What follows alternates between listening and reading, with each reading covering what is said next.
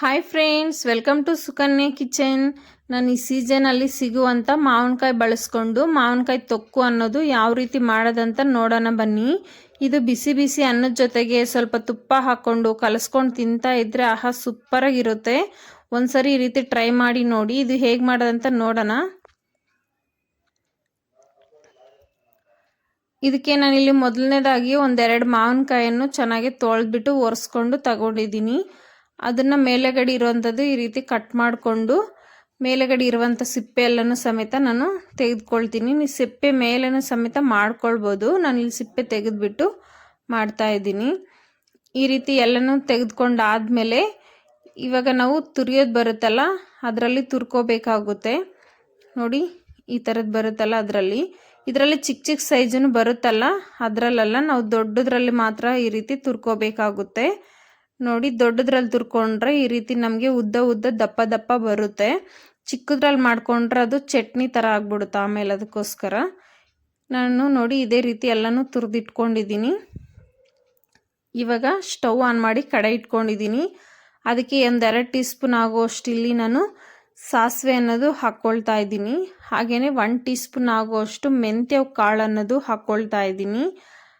ಹಾಕ್ಕೊಂಡು ಒಂದು 5 ನಿಮಿಷ ಮೀಡಿಯಮ್ ಉರಿಯಲ್ಲಿ ಇದನ್ನು ಫ್ರೈ ಮಾಡ್ಕೋಬೇಕಾಗುತ್ತೆ. ಮೆಂತ್ಯ ಕಾಳು ಕಲರ್ ಚೇಂಜ್ ಆಗಬೇಕು, ಸಾಸಿವೆ ಅನ್ನೋದು ಸಿಡಿಬೇಕು ಸ್ವಲ್ಪ. ಈ ರೀತಿ ಹುರ್ಕೊಂಡಾದ್ಮೇಲೆ ಈಗ ನಾನು ತೆಗೆದುಬಿಟ್ಟು ಒಂದು ಪ್ಲೇಟ್ಗೆ ಹಾಕ್ಕೊಳ್ತೀನಿ. ಇದು ಸ್ವಲ್ಪ ನಮಗೆ ತಣ್ಣಗಾಗಬೇಕು ಪೌಡರ್ ಮಾಡ್ಕೊಳ್ಳೋಕ್ಕೆ. ಇವಾಗ ಅದೇ ಕಡಾಯಿಗೆ ನಾನಿಲ್ಲಿ ಒಂದು ಅರ್ಧ ಕಪ್ ಆಗೋಷ್ಟು ಎಣ್ಣೆ ಅನ್ನೋದು ಹಾಕ್ಕೊಳ್ತಾ ಇದ್ದೀನಿ. ಎಣ್ಣೆ ಬಿಸಿ ಆದಮೇಲೆ ಒಂದು ಅರ್ಧ ಟೀ ಸ್ಪೂನ್ ಆಗುವಷ್ಟು ಜೀರಿಗೆನೂ ಸಮೇತ ಹಾಕ್ಕೊಳ್ತೀನಿ. ಒಂದು ಅರ್ಧ ಟೀ ಸ್ಪೂನ್ ಆಗುವಷ್ಟು ಸಾಸಿವೆನೂ ಹಾಕ್ಕೊಳ್ತೀನಿ.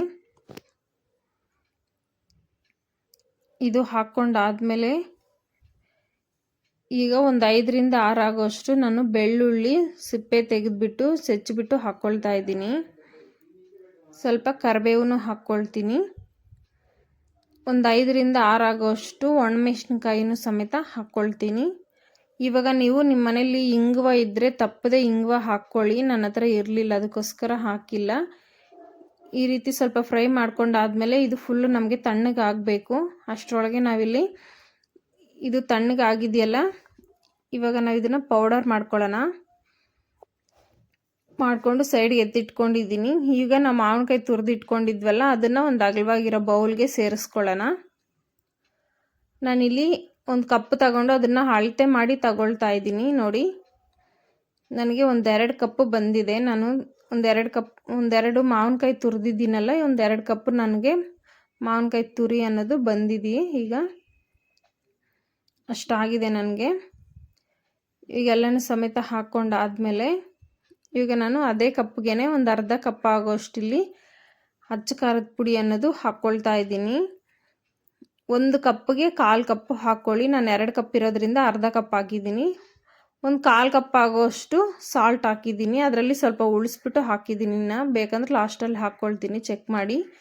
ಹಾಗೇನು ನಾವು ಪೌಡರ್ ಮಾಡಿ ಇಟ್ಕೊಂಡಿದ್ವಲ್ಲ ಮೆಂತ್ಯ ಕಾಳು, ಅದನ್ನು ಸಮೇತ ಹಾಕ್ಕೊಂಡಿದ್ದೀನಿ. ಇದೆಲ್ಲನೂ ಸಮೇತ ನಾನು ಕೈಯಲ್ಲೇ ಚೆನ್ನಾಗಿ ಮಿಕ್ಸ್ ಮಾಡ್ಕೊಳ್ತೀನಿ. ಈ ರೀತಿ ನೋಡಿ, ಈ ರೀತಿ ಚೆನ್ನಾಗಿ ಮಿಕ್ಸ್ ಮಾಡ್ಕೊಂಡಾದ್ಮೇಲೆ ಇವಾಗ ಇದಕ್ಕೆ ನಾವು ಮುಂಚೆನೇ ಒಗ್ಗರಣೆ ಮಾಡಿ ಇಟ್ಕೊಂಡಿದ್ವಲ್ಲ, ಅದನ್ನು ಸಮೇತ ನಾನಿಲ್ಲಿ ಸೇರಿಸ್ಕೊಳ್ತೀನಿ. ನಮಗೆ ಒಗ್ಗರಣೆ ಅನ್ನೋದು ಫುಲ್ಲು ತಣ್ಣಗಾಗಬೇಕು, ಆವಾಗೇ ನಾವು ಈ ರೀತಿ ಮಿಕ್ಸ್ ಮಾಡ್ಕೋಬೇಕು. ಅದಕ್ಕೆ ನಾನು ಮುಂಚೆ ಮಾಡಿ ಇಟ್ಕೊಂಡಿದ್ದು. ನೋಡಿ, ಅದನ್ನು ಸಮೇತ ಹಾಕಿ ನಾನು ಚೆನ್ನಾಗಿ ಮಿಕ್ಸ್ ಮಾಡ್ಕೊಳ್ತೀನಿ. ಈ ರೀತಿ ಆಹಾ, ನೋಡ್ತಾ ಇದ್ರೇ ತಿನ್ಬೇಕು ಅನ್ನಿಸ್ತಿದೆಯಲ್ಲ. ತುಂಬ ಅಂದರೆ ತುಂಬಾ ಚೆನ್ನಾಗಿರುತ್ತೆ. ಈ ಮಾವಿನಕಾಯಿ ಸೀಸನಲ್ಲಿ ಸೇಮ್ ಇದು ಮಾವಿನಕಾಯಿ ಪಿಕಿಲ್ ಯಾವ ಥರ ಅದೇ ಥರನೇ, ಬಟ್ ಅದಕ್ಕೆ ಸ್ವಲ್ಪ ಟೈಮ್ ಹಿಡಿಯುತ್ತಲ್ಲ, ಅಷ್ಟುವರೆಗೆ ತಡೆಯೋಕ್ಕಾಗೋದಿಲ್ಲ. ಅಂದರೆ ನಮಗೆ ಮಾವಿನಕಾಯಿ ತುಂಬ ಇಷ್ಟಪಟ್ಟು ತಿನ್ನೋರು ಈ ರೀತಿ ಮಾಡ್ಕೊಂಡು ತಿಂದರೆ ತುಂಬ ಸುಲಭವಾಗಿ ಆಗಿಬಿಡುತ್ತೆ. ತುಂಬ ಬೇಗನೆ ನಾವು ತಿನ್ಕೋಬೋದು. ನೋಡಿ, ಇದನ್ನು ನೀವು ಬೇಕಾದರೆ ಇವಾಗ ತಿನ್ಬೋದು, ಇಲ್ಲಾಂದರೆ ಬೆಳಗ್ಗೆ ಇನ್ನು 1-2 ದಿನ ಬಿಟ್ಟು ತಿಂದ್ರೂ ಇನ್ನೂ ಸೂಪರಾಗಿರುತ್ತೆ.